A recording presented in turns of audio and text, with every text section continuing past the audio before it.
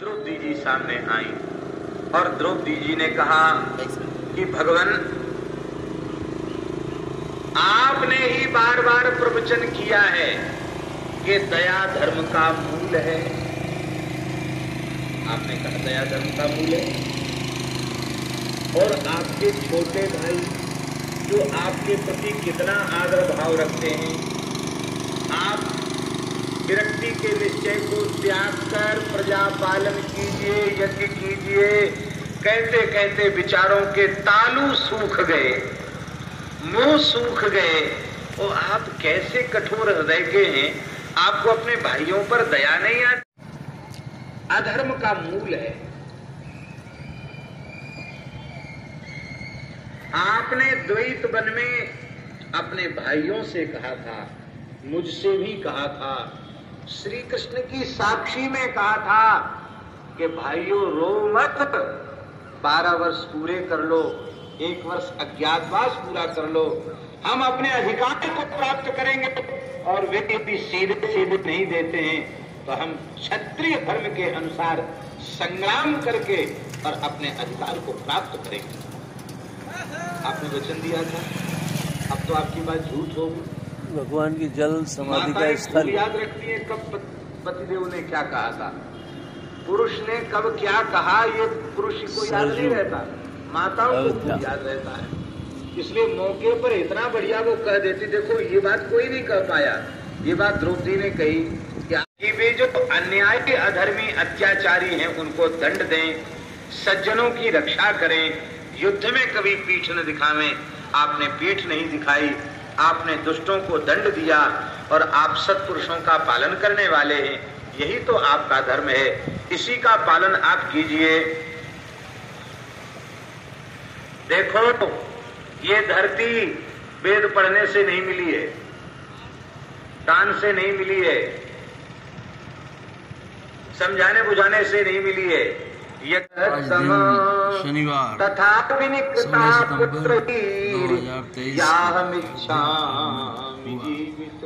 वहीं से महाराज सबसे अभाग्नी तो मैं, संसार की जितनी नारियां हैं उनमें सबसे भाग्यहीना मैं हूं, क्योंकि मेरे पुत्र भी मुझसे छिन गए और मेरे पति भी मुझसे छिन जाएंगे।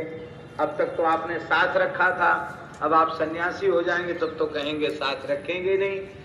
तो पुत्रों का दुख और अब पति का दुख, तो मैं समझती हूँ सबसे अधिक मंद भाग्य वाली स्त्री मैं हूँ।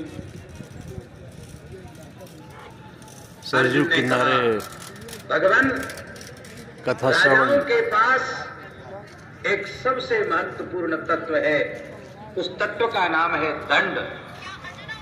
बहुत ऊंची बात, ध्यान से सुने। सतयुग में दंड 4 चरणों से परिपूर्ण होता है। जब दंड व्यवस्था धर्मात्मा राजाओं के राज्य में 4 चरणों से परिपूर्ण होता है, तब सतयुग होता है। जब दंड व्यवस्था का एक चरण कमजोर हो जाता है, तब त्रेता आ जाता है। दंड 3 चरणों से रहता है, तब त्रेता आ जाता है। दंड आधा हो जाता है, दंड व्यवस्था के 2 चरण कमजोर हो जाते हैं, 2 ही चरणों पर दंड रहता है, तब द्वापर आ जाता है। और जब दंड व्यवस्था ही भंग हो जाती है, 3 चरण दंड के नष्ट हो जाते हैं और 1 चरण भी क्षतिग्रस्त हो जाता है, दंड व्यवस्था का कहीं नाम नहीं रह जाता है, उसी युग को कलयुग कहते हैं। महाराज, आप अपने बल से सतयुग लाइए, दंड को 4 चरणों से परिपूर्ण कीजिए। कितनी ऊंची बात है महाराज।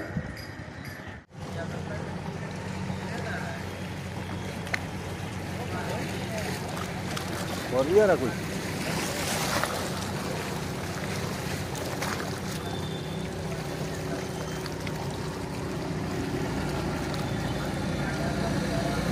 वाह वाह, सरयू में पूरा शाम को